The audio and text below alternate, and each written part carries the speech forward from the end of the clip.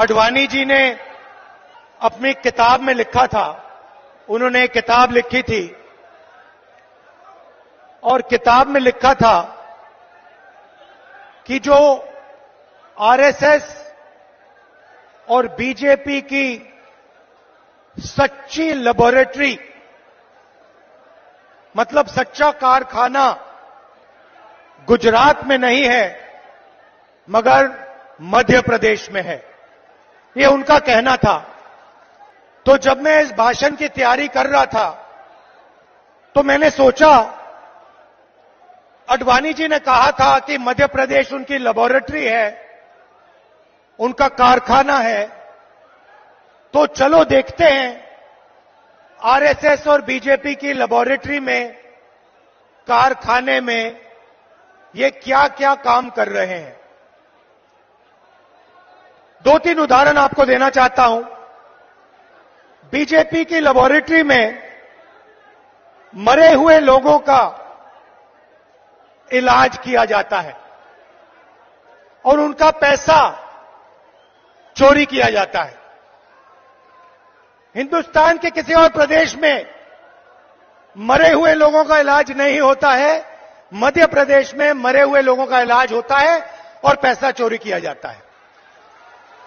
मध्य प्रदेश में और किसी प्रदेश में शिव जी, भगवान शिव से चोरी नहीं की जाती है।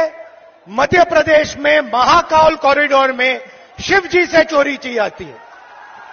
बच्चों के जो स्कूल यूनिफॉर्म होती है, उनका मिड डे मील का भोजन का पैसा होता है, वो बीजेपी लेबोरेटरी में उनसे चोरी की जाती है। मध्य प्रदेश के भविष्य से, छोटे छोटे बच्चों से चोरी की जाती है। व्यापम में 1 करोड़ युवाओं के भविष्य को बर्बाद किया जाता है, 40 लोगों की हत्या हो जाती है, एमबीबीएस की सीट बिक जाती है और पटवारी बनने के लिए 15 लाख रुपए की रिश्वत देनी पड़ती है। मगर ये लोग वहां नहीं रुकते। बीजेपी की लेबोरेटरी में 18 साल में 18,000 किसानों ने आत्महत्या की है। हर रोज 3 किसान बीजेपी की लेबोरेटरी में आत्महत्या कर डालते हैं। मंदसौर में बीजेपी की लेबोरेटरी में को गोली मारी जाती है, पे 18% और पेस्टिसाइड पे 12% जीएसटी लग जाती है। ठहरिए,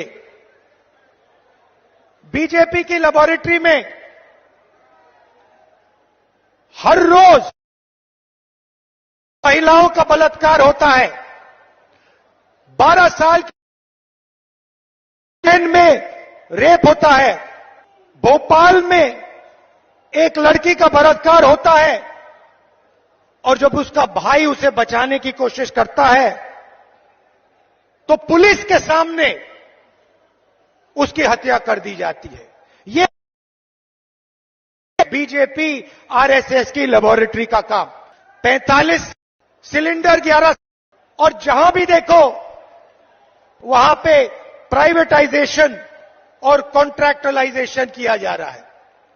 ये काम बीजेपी की लेबोरेटरी में आपके सामने किया जाता है।